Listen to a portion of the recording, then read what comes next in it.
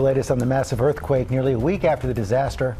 Survivors are still being found buried in the rubble. Our chief foreign correspondent Ian Pannell is on the scene in Turkey. Good morning, Ian.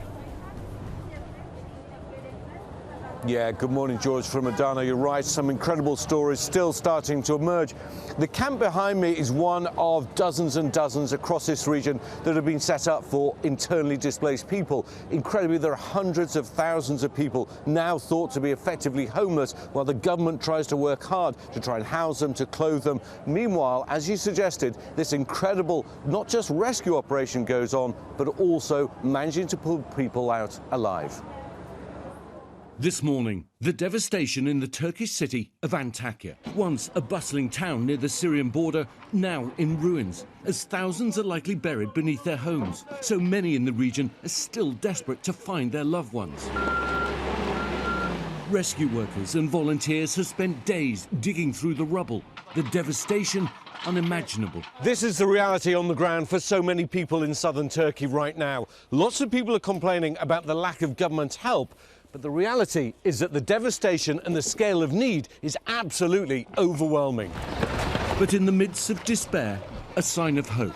The crowd rushing forward, rescuers making their way to someone they think they've found alive more than 80 hours after the earthquake reduced a residential building into a pile of rubble.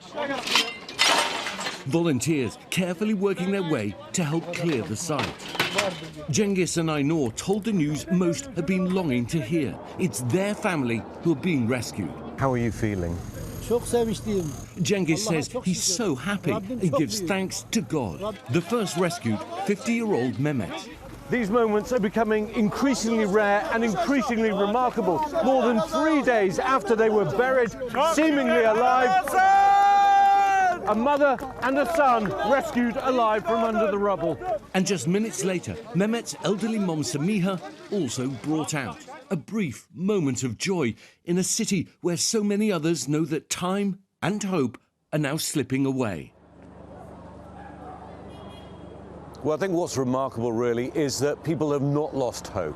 They are still there on the ground, still digging, still trying to find people.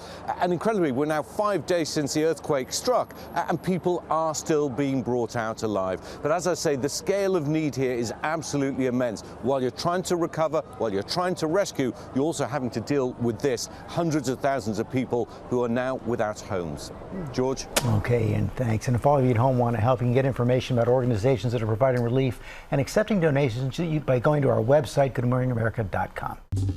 Well, hey there, GMA fans. Robin Roberts here. Thanks for checking out our YouTube channel. Lots of great stuff here. So go on, click the subscribe button right over here to get more of awesome videos and content from GMA every day, anytime. We thank you for watching, and we'll see you in the morning on GMA.